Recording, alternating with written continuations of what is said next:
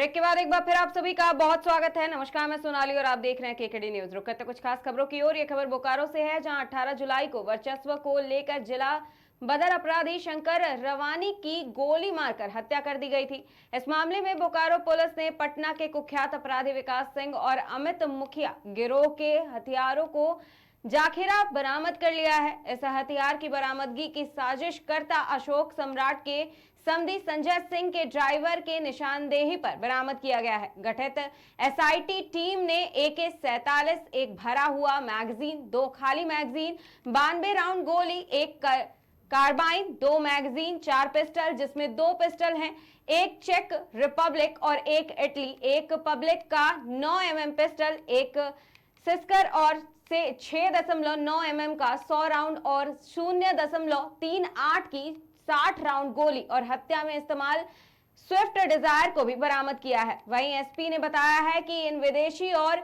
Automatic हथियार से बोकारो में बड़े अपराध को अंजाम देने की तैयारी थी। पुलिस इस मामले के अनुसंधान में लगी हुई है कि कौन कौन लोग टारगेट में थे। पिछले माह एस्पोर्ट के बच्चों के लिए शंकर रवानी की हत्या की गई थी। इस संबंध में हरला थाना 78-24 कांड अंकित किया गया था। इस कांड में वांछित अभियुक्त वीरेंद्र प्रसाद की गिरफ्तारी एवं उसकी निशानदेही पर आज बड़े पैमाने पर हथियारों की बरामदगी हुई है। इसमें मुख्य रूप से जो बरामदगी हुई है उसमें AK-47, उसके 2 मैगजीन, एक कार्बाइन, उसके 2 मैगजीन, साथ में चेक रिपब्लिक मेड एक 9 mm का पिस्टल, एक इटली मेड 9 mm का पिस्टल, एक रेगुलर जो पुलिस इस्तेमाल करती है 9 mm का पिस्टल, एक रिवॉल्वर, एक कंट्रीमेड पिस्टल, साथ में बड़े पैमाने पर सभी हथियारों का कारतूस की बरामदगी हुई है। साथ में शंकर रवानी की हत्या में प्रयुक्त डिजायर गाड़ी की भी बरामदगी हुई है तथा जिन स्थानों से इन सारी की बरामदगी हुई है वहाँ बड़े पैमाने पर अवैध शराब रखा गया था, उसको भी विधिवत बरामदगी करते हुए जब्त किया गया है। ये मुख्य रूप से जो इतने बड़े हथियार जो प्रारंभिक अनुसंधान हुआ है इसमें लगा ये तथ्य हैं कि हथियार एक सुनियोजित साजिश के तहत एक ऑर्गेनाइज क्राइम करने के लिए लाया गया था। अभी जो प्रारंभिक अनुसंधान हुआ है ये सारे हथियार बाहर से पिछले साल नवंबर में लाकर बोकारो जिला में रखा गया था और इससे बड़े घटना कारित कर अपना वर्चस्व कायम करना चाहते थे। इसका यूज किया गया था। शंकर रवानी के हत्या में जो हथियार प्रयुक्त हुए थे उसकी बरामदगी हुई है।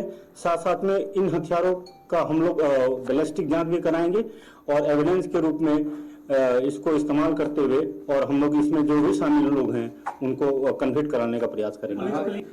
अभी तक तो जो यहाँ उपलब्ध हथियार थे अभी तक अनुसंधान में तो जो इस गिरोह से संबंधित जितने हथियार थे उनको हम लोगों ने अभी सभी की बरामदगी कर ली है और भविष्य में जैसे जैसे हम लोग फैक्ट फिगर्स आएंगे उसको अनुसंधान करते हुए या उनका सत्यापन करते हुए हम लोग आगे की कार्रवाई करेंगे। हम लोग जो भी इसमें बड़ी एजेंसियां हैं उसको अगर उनसे जो भी सहयोग प्राप्त करना होगा इसके अंतिम कड़ी तक जाने के लिए उनका पिछले माह एस्पोर्ट के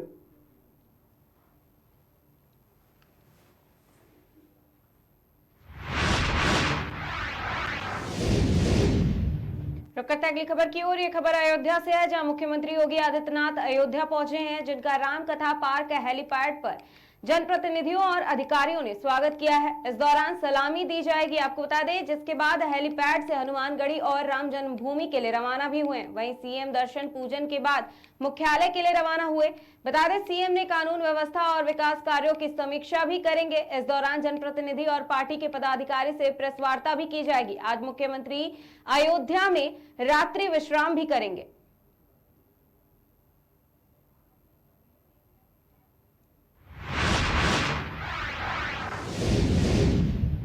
रुक करते हैं अगली खबर की ओर। यह खबर कानपुर देहात से है, जहां 7 जन्मों तक साथ निभाने का वादा कर सीमा यादव ने मनोज के साथ शादी की थी। कुछ दिनों बाद जब फौजी ढाबा के मालिक सुरेश यादव से सीमा यादव की नजदीकी बढ़ी तो दोनों ने मिलकर मनोज को रास्ते से हटाने की साजिश भी रची। बता दें 80 वर्षीय बुजुर्ग पीड़िता सरजू देई के अनुसार बेटे मनोज का अपहरण कर सुरेश यादव और सीमा यादव ने हत्या कर ढाबे के पास ही सिंदूर नदी में शव बहा दिया था, जिसके बाद से लगातार बुजुर्ग पीड़िता थाने के चक्कर लगाती रही और इंसाफ की मांग करती रही। लेकिन उस समय सुरेश यादव सपा में लोहिया वाहिनी का जिला अध्यक्ष हुआ करता था। सुरेश यादव का दबदबा इस कदर था कि लोग सुरेश यादव के नाम से भय खाते थे, जिसके चलते पुलिस भी मामला दर्ज करने से बचती रही। वहीं धीरे धीरे वक्त बीता और उत्तर प्रदेश में सरकार बदली। अब घटना के 15 वर्षों के बाद पीड़िता ने एक बार फिर से अपनी पैरवी तेज की है, जिसके बाद सुरेश यादव और सीमा यादव के खिलाफ अपहरण का मामला भी दर्ज हुआ। जिसके बाद हरकत में आई पुलिस ने जांच शुरू की और चार्जशीट कोर्ट में दाखिल की गई। वहीं 6 वर्ष तक मामले में कानूनी दाव पेच भी चले। तमाम बहस और गवाही के बाद मामला फैसले तक पहुंचा, जिसमें कानपुर देहात जिला न्यायालय में एडीजे फर्स्ट पूनम सिंह ने आरोपी सुरेश और सीमा को दोषी करार दिया और दोनों को 10-10 वर्ष कारावास सहित 50-50 हजार का जुर्माना लगाया और जुर्माने की 80% रकम पीड़िता सरजू देई को दिए जाने का फैसला सुनाया गया है। अब सरजू देई ने भी न्यायालय के फैसले का सम्मान कर न्यायालय और सरकार का धन्यवाद ज्ञापित किया है। बहुत अच्छा लगा। जो चली हाँ, क्या कहेंगे किस तरीके से घटना हुई थी? लई गए काम मार के डालन बेटा यो काम। अच्छा, वकील साहब ने बताया कि 15 साल से मुकदमा कर चुके हैं। हाँ, कितना नहीं परेशान हुई? बहुत परेशान बहन, इतना परेशान बहन कि दिन रात ही दौड़न सौंगे। देखिए, घटना दिसंबर 2003 की प्रेज्यूम्ड की जा रही है और दिसंबर 2003 की घटना में आज जाकर हमको इतने वर्षों बाद यानी लगभग 21 वर्षों बाद आज एक बूढ़ी मां को न्याय मिला है। बहुत कठिन मुकदमा था। 15 वर्ष बाद एफआईआर हुई थी। कोई डायरेक्ट एविडेंस, कोई सर्कमस्टेंशियल एविडेंस क्लियर नहीं थे और एविडेंस एक्ट में जो सेक्शंस 106 है, प्रिजम्पशन है, इसी के आधार पर और कंडक्ट ऑफ एक्यूज्ड है, इसी के आधार पर हम इस मुकाम तक पहुंचने में सफल रहे। बहुत सारी समस्याएं आई, लेकिन समय समय पर हमको हमारे एसपी साहब ने, डीएम साहब ने, एएसपी साहब ने बहुत सहयोग किया। इसके साथ साथ हमारे कई वरिष्ठ अधिवक्ता हैं, उन्होंने बहुत अच्छा सहयोग किया। हमारे कनिष्ठ अधिवक्ताओं ने भी हमारा पूर्ण सहयोग किया और इसके कारण हमारा मोराल को कभी गिरने नहीं दिया, जिसके कारण जो है हम आज इस सफलता को अर्जित कर पाए। मुकदमे में मैंने तो स्पष्ट रूप से मैक्सिमम पनिशमेंट की बात कही थी, क्योंकि मैंने अपनी बहस में सजा के समय ये बोला था कि अगर 7 वर्ष में कोई व्यक्ति खत्म हो जाता है तो न्यायालय उसको सिविल डेथ डिक्लेयर कर देती है। लेकिन यहाँ ये तो 21 वर्ष हो गए हैं, लेकिन माननीय न्यायालय ने केवल 10 वर्ष की सजा दी है दोनों को और 50-50 हजार रुपए का जुर्माना दिया है और ये भी कहा है कि उसमें से 80% यानी 1 लाख रुपए दोनों जोड़ के दे तो 80,000 रुपए वादिनी मुकदमा को देने के लिए कहा है। बहुत अच्छा लगा। बहुत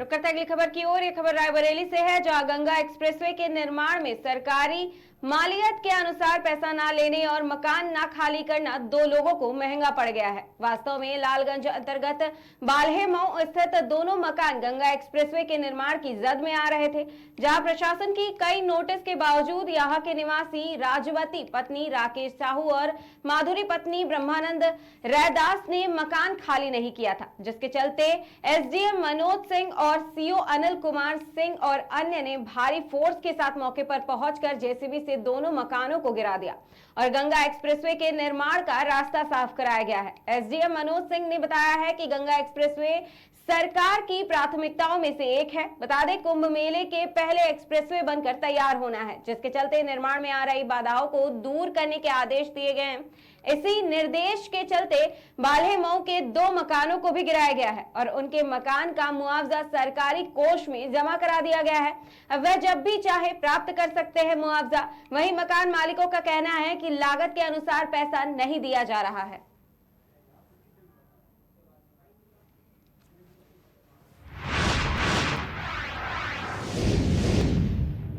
रुक करते हैं अगली खबर की ओर। ये खबर रायबरेली से है, जहां एसओजी ने थाना प्रभारी की इज्जत बचाई है। बीते दिनों 2 बड़े शोरूम में हुई चोरियों का पुलिस ने खुलासा किया है। बता दें, पूरा क्षेत्र चोरों का गढ़ बन गया था। कुछ दिनों पहले चोरों ने महिंद्रा मोटर और मारुति के शोरूम और अन्य जगहों पर हमला बोला था। थाना प्रभारी के चार्ज लेते ही थाना क्षेत्र में चोरों पर लगाम लगी है। महिंद्रा में हुई लाखों रुपयों की चोरी का एसओजी और पुलिस ने खुलासा किया है। हरचंदपुर थाना क्षेत्र में चोरों का आतंक लगातार बढ़ते जा रहा है।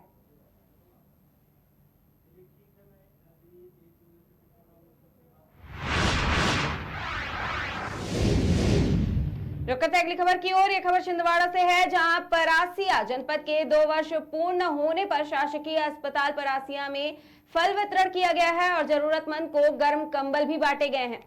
बता दें कि आज जनपद पंचायत परासिया के निर्वाचित सदस्यों के अध्यक्ष, उपाध्यक्ष और सभापतियों का कार्यकाल 2 वर्ष का सफलतापूर्वक पूर्ण होने पर जनपद सदस्यों द्वारा शासकीय अस्पताल परासिया में मरीज को फल वितरण किया गया है और 4 कुपोषित बच्चों को फल की किट प्रदान की गई है, जिसमें 15 अन्य मरीजों को भी फल की किट प्रदान की गई। वहीं इस कार्यक्रम में जनपद अध्यक्ष आशा अशोक अमरवंशी, जनपद उपाध्यक्ष जमील खान और जनपद के समस्त स्टाफ उपस्थित रहे।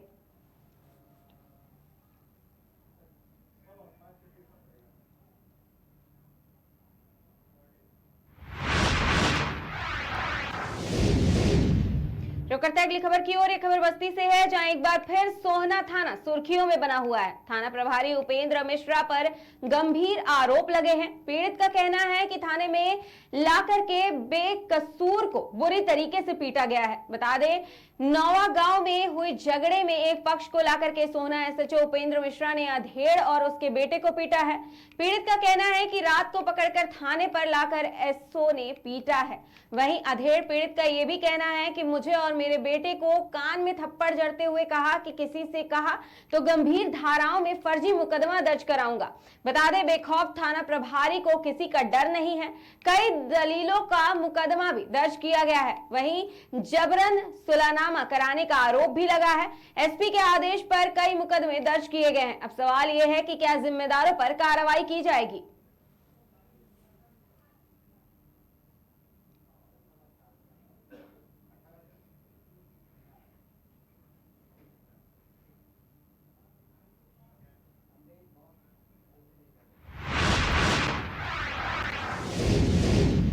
रुक करते हैं अगली खबर की ओर। यह खबर जालौन के कालपी से है, जहां नगर के श्याम पैलेस गेस्ट हाउस में दृढ़ोमत वैश्य समाज महिला मंडल इकाई द्वारा हरियाली तीज का भव्य आयोजन संपन्न हुआ है, जिसमें रंगारंग कार्यक्रम आयोजित किए गए। इस दौरान बड़ी संख्या में महिलाएं भी मौजूद रहीं। बता दें, हरियाली तीज के कार्यक्रम का शुभारंभ गणेश पूजन के साथ गुड़िया गुप्ता ने गणेश वंदना पर नृत्य करके किया। इसके उपरांत लड्डू गोपाल का पूजन अर्चन किया गया तथा तृप्ति गुप्ता द्वारा भी नृत्य किया गया। इस दौरान राधा कृष्ण के अलावा विभिन्न झांकियों के दर्शन का भी लुत्फ उठाया गया है, जिसके बाद भगवान की झांकियों के साथ फूलों की वर्षा भी महिलाओं ने लुत्फ उठाया है। वहीं इस क्रम में महिलाओं के विभिन्न प्रकार के गेम्स आयोजित किए गए, जिसमें विजयी हुई महिलाओं को पुरस्कृत भी किया गया। आपको बता दें कि कार्यक्रम को संबोधित करते हुए अंचल अध्यक्ष सुमन गुप्ता ने कहा कि समाज की महिलाओं को जागरूक करने और आपसी मेल मिलाप के लिए इस प्रकार के आयोजन किए जाते हैं और आगे भी होते रहेंगे।